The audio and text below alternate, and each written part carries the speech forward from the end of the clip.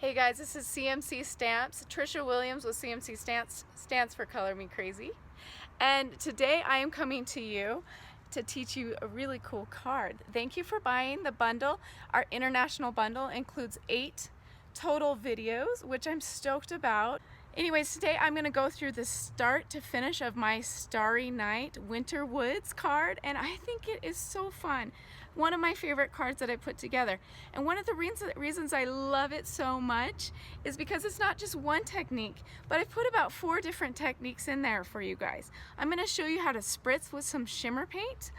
I'm going to show you how to make a cool shadow look with your letter dies with your Big Shot.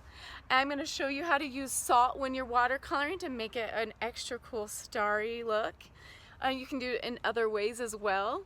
And then I'm also going to do what's called Heat, Emboss, Resist. So you can click on this link for my website down below, cmcstamps.com. All right, let's get to the projects and see how I made everything, okay?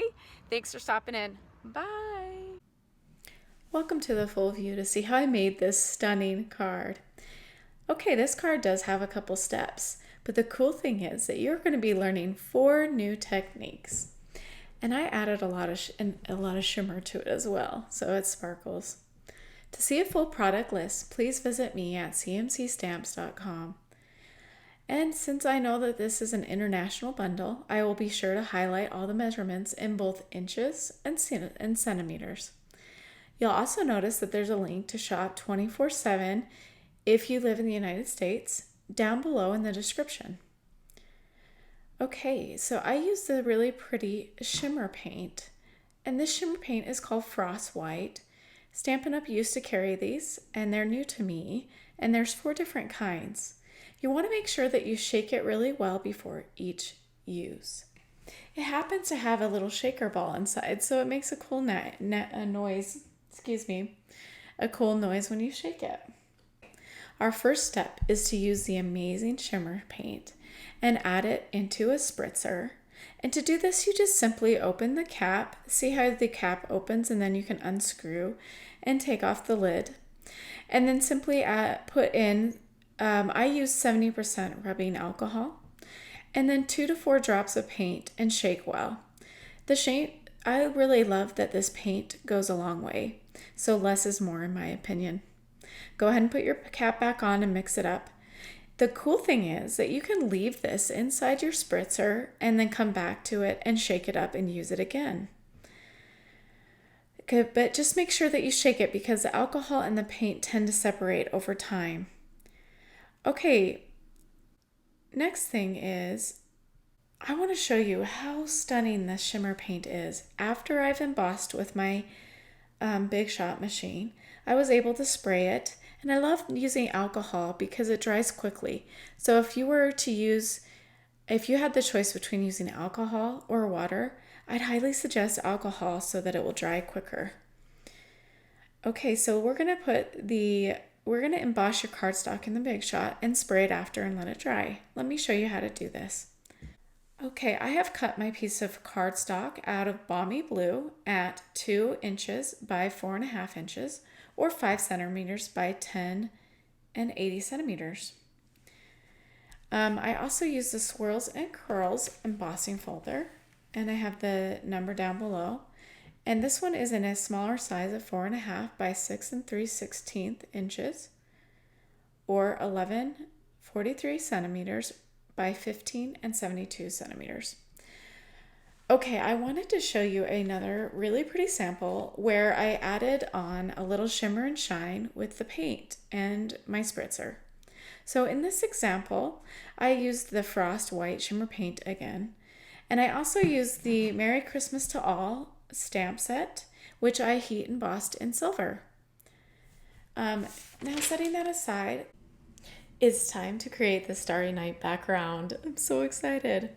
Okay, I used a piece of shimmery white cardstock that was cut at 3.5 inches by 3 3/4 inches, or at 8.89 centimeters by 9.53 centimeters. Okay, let's prep your we want to heat emboss. So let's go ahead and prep to heat emboss by using the Emboss Buddy on our paper. And what does this do? It prevents powder from sticking where you don't want it to. It can be kind of pesky, that little powder. All right, next we're going to stamp the stars and the trees from the waterfront stamp set. I love that set. We're going to be using Versamark. And that creates a little bit of a stick so that when we pour white embossed powder on our cardstock, it sticks.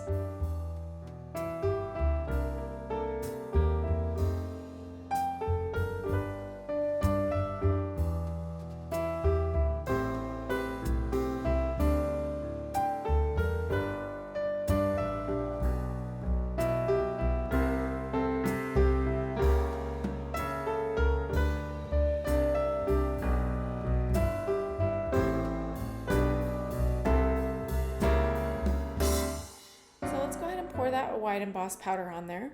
Lightly tap off your extra into some form of a bowl or container that you have. And then I often use a fine tip brush from any craft store really to brush off the excess powder. I find that very helpful and fast. I like to do things more quickly when I'm stamping. All right, and then you're going to grab your heat tool and you're going to use level 2, which is the hottest level, and you're going to heat it. My suggestion is for beginners, I find that they do not heat close enough to their paper and they move it around too much. So stay in one location long enough for it to heat up, and the magic happens when it changes into kind of a gel. Okay, now we have heat embossed, which is basically white powder on white paper, so it's going to be very hard to see. In order to see it, we've got to watercolor or paint with the aqua painters. And when we do that over the white heat embossed image, it magically appears. This is one of my favorite techniques I use all the time. And it is called heat emboss resist. All right, so one thing you want to do is protect your surface. And what I do is I double up a paper towel and put it underneath. And then I also might have some grid paper as well. Okay, so once we've done that, I'm going to grab my ink, which is going to be my source of color. So to get enough ink on there, I'm going to use a palette of the ink pad lid. And basically I squish it together with my palms and get a little amount of ink, or you could use a re-inker. Once you have enough lid collected on your lid, you go ahead and open it up and lightly squeeze the water from your aqua painter on as you blend with the ink. And this creates more of a diluted ink, which is perfect for watercoloring. Now, a tip for this one, I usually use my fine tipped aqua painters. The aqua painters come with both a small and a larger tipped. I use the larger tip on this one because I want to get the color down quickly. That being said, I want to make sure that I still color while it's all wet. That's really key to watercoloring. And what is so cool is that as I'm coloring, you'll already see this happening. The white from the trees and the stars magically appear. Yeah, I know. I feel like I'm on like a Disney musical. But the truth is, I think heat embossing resisting is amazing. It is, to me, like magic. All right. So I forgot to go over how you clean your aqua painters and how you put the water in. So all you have to do to clean is just squeeze and let some of the water drain out on a paper towel, as you've seen I've done here. Filling your aqua painter with water is simple. Just use tap water. Don't go beyond that line because otherwise it will spill out on you and that would be really painful and messy. That's it. What we're going to do is create that starry effect. If not, we already have a look going, but I want to add to it by using another technique. And this is just using table salt. And you can see this is the one I use, the iodized salt, very fine. You can get different types of salt to get a different look. And while your project is still wet after you just added on the water and the ink, you want to sprinkle on the salt, and you can do this over a piece of paper because you'll get salt everywhere, and you just let it sit for 1 to 3 minutes. And after it gets the desired look that you want, you've let it sit long enough, then brush off the extra once it's slightly dry. Okay, make sure you don't smear your wet paint by doing this. And very last step that you've already seen me do is you go ahead and tape your paper to a flat surface using some washi tape. And you also could speed up the process for those of you that are like me and want to stamp quickly. I've got 2 children, so I have to do things fast. Is you may use your heat tool on level 1 to heat up to increase your basically speed up the process of drying. So there's a couple tips for you on how I did my background. Let's move on to the next step. Let's bring up the big shot, and I will use another spritzer filled with water to help get a better image. So just a little trick and tip, I leave my little spritzer that is definitely filled with water, not alcohol, near my big shot so it's ready to spray.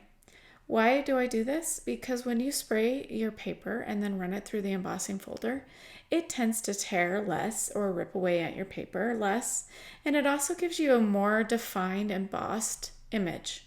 So it's definitely worth using. Okay, first we're going to lightly spritz your paper, and then we're going to line up your paper with your cardstock in your folder. And I want to run it with the spine of the embossing folder first. By the way, if you have questions about how to run your embossing folder through the big shot, such as what sandwich to use, please click on the link that you will see above. So take a second if you don't know and watch that video. For those of you that do know, you already know how to run your sandwich through. The next thing you're going to do is just make sure that you do not catch any edges on the sides, so be careful that it's going through smoothly.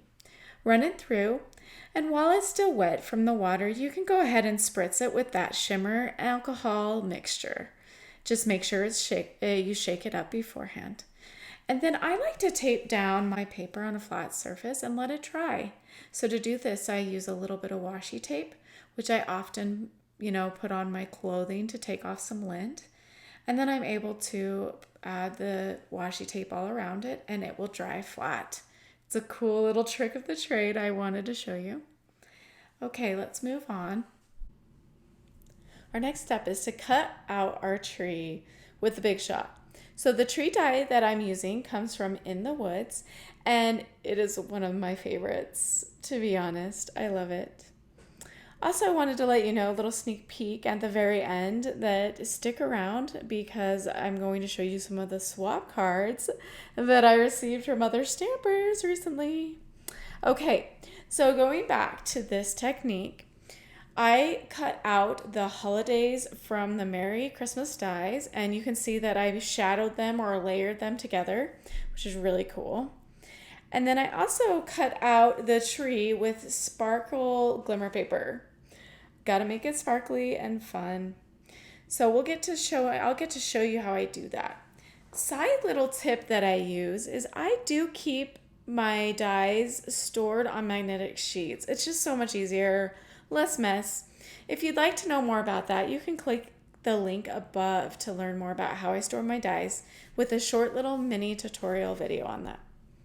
Okay, let's go ahead and create that layered or shadow look I just talked about with the lettering dies from the Christmas set. And I use my magnetic platform when I do cuts like this. And make sure that another side tip that you use some cutting plates that are basically designated for lots of cutting, meaning they're overused and they're going to be scuffed up. If I'm doing embossing, I use separate die cutters or cutting plates. Okay, so I pre-cut the cardstock to fit the dies exactly. So simply measure your dies, and then you can help so that you can cut more than one thing through your big shot. Once again, save yourself some time.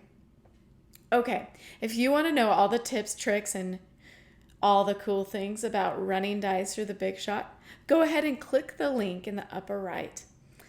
And then, just to show you how I'm doing more intricate die cutting, you may want to run it through twice. So simply run it through once, basically change the handle direction that you're moving in, and then it will go through the other direction. Okay, now another tip to get your holiday piece safely out of your die, because for some reason it really likes to stick around in that die and not come out. I use a die brush. It's another great tool to save you some time and energy. So simply just run the die brush across and you have it on top of your foam, and that makes certain that you get all your little pieces out. Let's say by chance you didn't get all your pieces out. Well, you would be fine to use a paper piercer tool, such as Take Your Pick, the new tool, or a toothpick works great. And then just make sure that you get pieces out every time so that it won't ruin your cut quality. All right, so you've seen that I have a handy dandy cool way of storing my dies on this really cool frame that holds up my magnetic sheet for me, and it makes it super easy and super fast. Once again, 2 kids, not a lot of time. So I put those up definitely when I have a class with the dies that I'm using to cut. And then everything's right at my station. Okay, let's go ahead and go to the next step. Let's now adhere the 2 pieces together. So you have your white and your black lettering that says holidays. And I chose to use multi-purpose green glue for this. You may choose to use any other type of adhesive or any other way of doing it. Another good suggestion is the adhesive strips or sheets. I may be not so pro with that, but eventually I will do a video on how to use them because they are useful. I just simply dot or lightly line the letters. I've seen people use a sponge and dab on their multi-purpose green. This can get a little messy, so if you do happen to get lots on your hands and they get sticky, go ahead and wash them or even use a baby wipe. So then I like using the green glue because it gives me time to align or move around my lettering to make sure it works. So I kind of just start on the left side of my lettering and put it together slowly. Now we've arrived to the fun final step of putting it all together. We have our card base, and all we need to do is fold it in half and use our bone folder to make sure that it is flat. I like to use my bone folder as you can tell it does a little bit better of a job, and I often score my card. Okay, now you let your embossed piece that we got to spray or spritz with the glimmer paint. We've let that dry, and now it's ready to go onto our card. So I'm going to adhere it with green glue. You can use Snell or any other type of adhesive. I'll tell you why I love green glue for these reasons. First of all, the paper is embossed and I want it to really stick since there's now grooves in my paper. So I like the green glue for that. And also there's some wiggle room with it. You can move it around for about 20 seconds. Please enjoy some music as I glue together my Starry Night piece, and I'll be back with you in a second.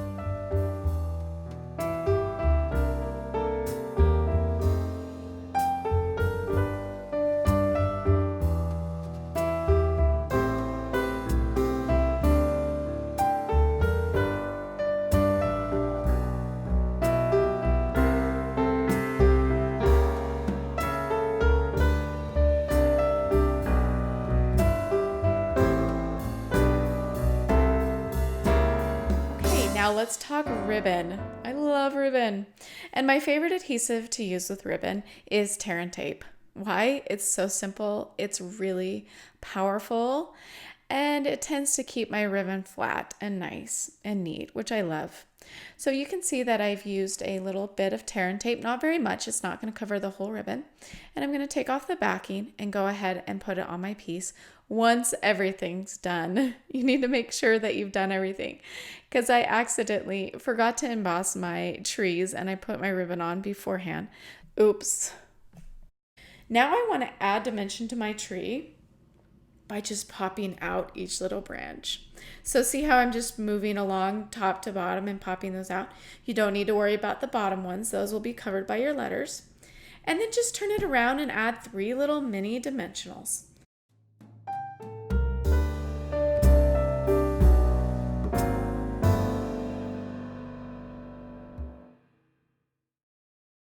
All right, let's go to how to pop up your shadow holidays pieces that we shadowed. And really a nice way to do it, and I forgot this now that I'm thinking back. I should have probably used some foam instead and just use some green glue. But since we did it with paper, go ahead and use your mini dimensionals, and just the edge I'm cutting in just small strips. They're very hard to handle with your hands, of course, but it makes it so it pops it up, and I just put it in 3 places, took off the backing, and adhered it where I wanted it. Okay, now you have heard me mention the Take Your Pick tool. I love it. There's obviously different things you can do, but I'm going to use it right here to easily pick up my 2 rhinestones, and put them on my card to finish up my card. And that is it, you guys. You see my gorgeous card. To recap, you learned 4 different cool techniques with this video. You learned how to watercolor and do heat, emboss, resist so that your white will show up after you paint, and add some salt to make a little magic to your starry night. Spritz on with shimmer paint and add a cool shine to your embossed piece. You also learned how to shadow your letters. All right, thanks for checking out my video, and as I promised, here are a couple samples that I got from some other fellow demonstrators. I love them all, and I'll make sure to put their name on. Enjoy some fun music as I show you these great projects, and tune in again for more videos to follow.